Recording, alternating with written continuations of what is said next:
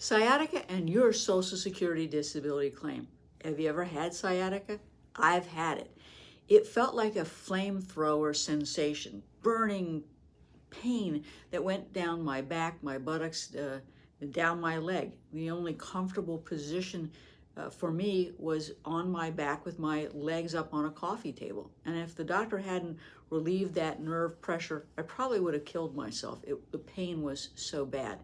Now, sciatica can be the basis of a Social Security disability claim, and you want to make sure that your medical records are well developed and supported in any claim.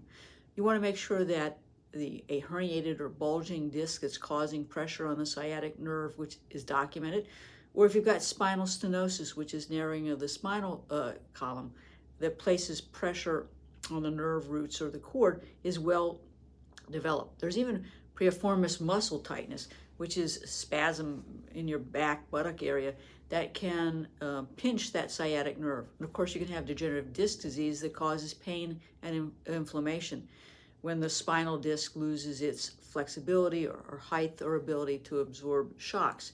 You also might have spondylolisthesis, which is where one vertebrae sort of moves out of position and it puts pressure on the sciatic nerve.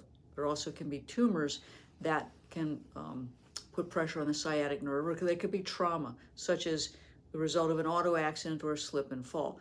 Regardless of the cause of your sciatica, it should be well developed because the Social Security Administration is going to look closely at your medical records to determine whether or not you meet the elements of a listing for a spinal condition. Now, if you do, your benefits are automatically awarded. But I will tell you that it can be difficult to meet a listing because doctors didn't go to medical school to learn how to write a report for Social Security purposes that will outline all the elements of a listing. And you can find those listings in Section 11 of the Blue Book of Impairments. Now, more often than not, these claims are decided at Step 4 and 5 of the 5-step sequential evaluation. And at Step 4, Social Security has to determine whether or not you can go back to the lightest job you held in the 15 years before you became disabled. And at Step 5, they have to determine, based on whatever your restrictions and limitations are, whether or not you can go back to any other work in the mythical, hypothetical, not real-world national economy that you could potentially do in view of your age, education, skills, and your restrictions and limitations. So what's crucial in a sciatic claim file is that you have your doctor complete a form called a residual functional capacity form.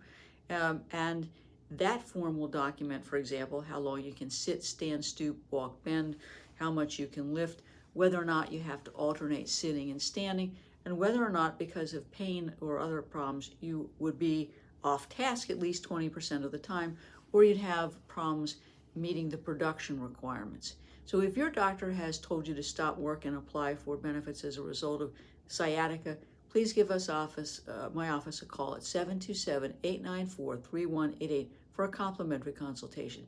And if your claim's been denied, you're only going to have 60 days in which to file a request for reconsideration, or if that's been denied, 60 days in which to file a request for hearing, because otherwise you've got to start all over. I can help you get your Social Security disability benefits and file a winning appeal. Call me today at 727-894-3188 for a complimentary consultation.